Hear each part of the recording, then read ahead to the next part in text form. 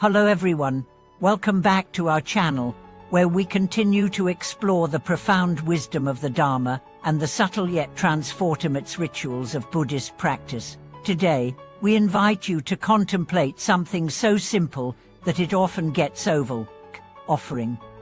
Specifically, what does it truly mean to offer to the Buddha? Have you ever placed fruits, incense, flowers, or candles before a statue of the Buddha or a sacred image, and wondered, does this really matter?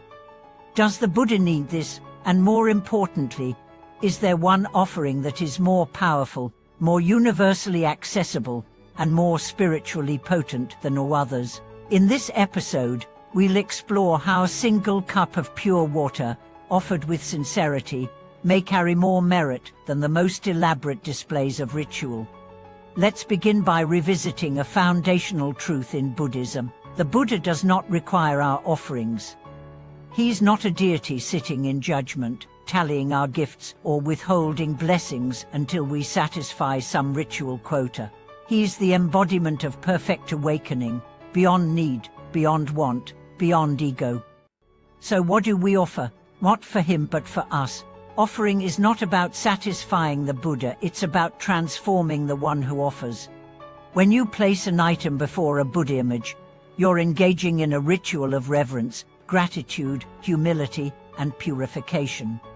You're aligning your external gesture with an internal vow. You're saying, I recognize the light of awakening, and I wish to grow closer to it. The power of this action does not lie in the object, it lies in the mind that offers it. A simple offering made with deep sincerity generates more merit than lavish displays made out of pride, vanity, or habit. This brings us to the beauty of the water offering. A clear, still, pure cup of water. Easy to find, accessible to all, free of complexity or extravagance. And yet, in the Buddhist tradition, it is considered one of the most perfect offerings. Why? Because water embodies 8 exquisite qualities that mirror the attributes of Dharma. It is cool, sweet, light, soft, clear, unpolluted, soothing to the throat, and nourishing. These 8 qualities are not only physical, they are symbolic of the inner virtues a practitioner must develop. When you offer water to the Buddha, you are saying, may my mind become as calm as this water. May my thoughts be as clear. May my heart be as soft and yielding. May my speech be as gentle.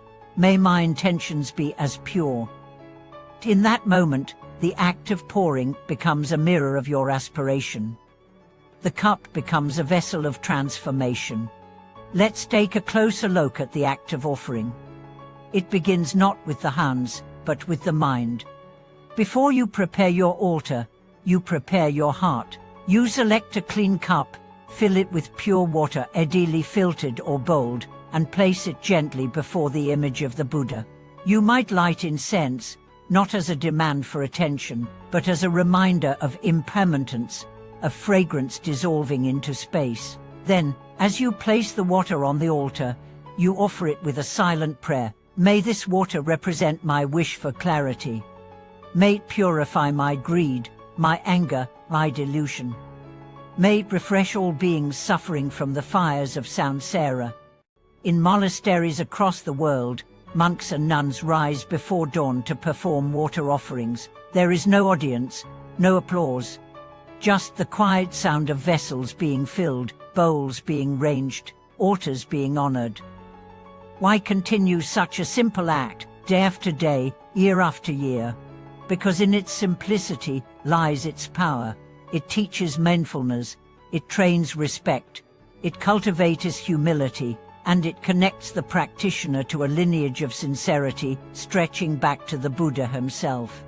There is a story of a village woman who could not afford fruits or incense. She had no gold or silver to offer. But every morning, she would wake early, fetch the cleanest water from the stream, and place a cup before a small statue of the Buddha she had carved herself. She would bow 3 times and whisper, "This is all I have, but I offer it with all of me." Her neighbors mocked her. They said, "Your cup is small, your statue is crude, your prayers are silent." But a great master once passed through the village and, upon seeing her altar, wept. He said, "This is the most beautiful shrine I have seen, for it is built with purity, not pride." From this we learn that the size of the offering means nothing. What matters is the depth of intention. And in fact, sometimes smaller offerings are more powerful because they demand more sincerity. A billionaire offering a golden bowl may not feel it. A beggar offering a cup of water may offer everything they have. There's also something symbolic in choosing water over more impressive items. Fruits rot, flowers fade, candles burn out. But water nourishes, it cleanses, it endures. It asks nothing, yet gives to all. In this way, it reflects the nature of true generosity. It reflects the nature of the Buddha himself. The practice of water offering also invites us into ecological mindfulness. As you prepare your cup of water, you may begin to wonder, do I waste water elsewhere in my life? Do I pollute rivers or streams with careless actions? In honoring water on your altar, you may begin to honor it in your daily choices. You become more careful, more reverent, more connected. You may also find that this daily act begins to transform you in subtle ways. Your mind feels calmer, your habits shaped. Your altar becomes a sacred anchor. One practitioner described it this way: each morning when I fill the cup and place it before the Buddha, I feel like I'm refiling my own heart. Another said, it's not about the water, it's about remembering that I'm part of something sacred every single day. For those who think, but I have so little time, remember this: offering water takes less than a minute. But that minute can shift the entire tone of your day. It creates a pause, a reset, a moment of presence, and presence is the root of all spiritual progress. What if you're traveling and don't have an altar? Use imagination. Offer in your mind. Visualize the Buddha before you. Picture a cup of shimmering light. Whisper your intention. The Dharma is not confined to objects, it flows where the mind flows. And don't think that offering must be solemn. It can be joyful, it can be playful. Children love water offerings. The sparkle, the ritual, the reverence. Teach them, share with them. Let the next generation carry forward this luminous practice. Ultimately, offering is not about getting blessings, it's about becoming the kind of person who blesses others. You offer to the Buddha to remember your own Buddha nature. You offer water to purify your own heart. And as that heart becomes clearer, it reflects the world more accurately. You stop reacting, you start responding. You stop grasping, you start giving.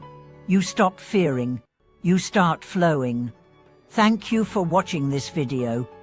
If you've made offerings before, or if you're just starting out and wish to explore this path, let us know in the comments how this practice has touched your life. What do you offer? How has your heart shifted?